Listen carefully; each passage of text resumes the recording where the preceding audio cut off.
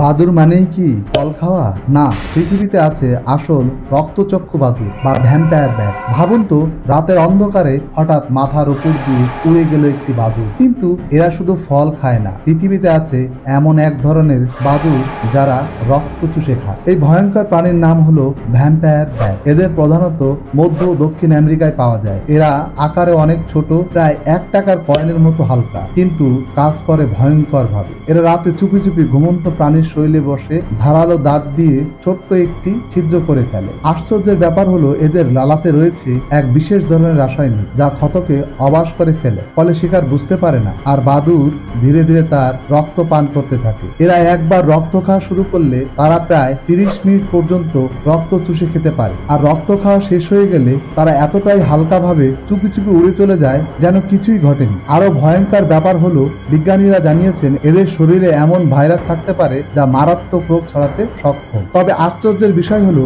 এই ভয়ঙ্কর বাদুরই আবার নিজেদের লোকদেরকে বাঁচিয়ে রাখে। যদি কোনো বাদুর খাবার না পায় তখন অন্য রক্তচক্ষু বাদুর তার সঙ্গে রক্ত ভাগাভাগি করে নেয়। আপনি যদি একা রাতে রক্তচক্ষু বাদুরের সামনে পড়ে যান, কি করবেন?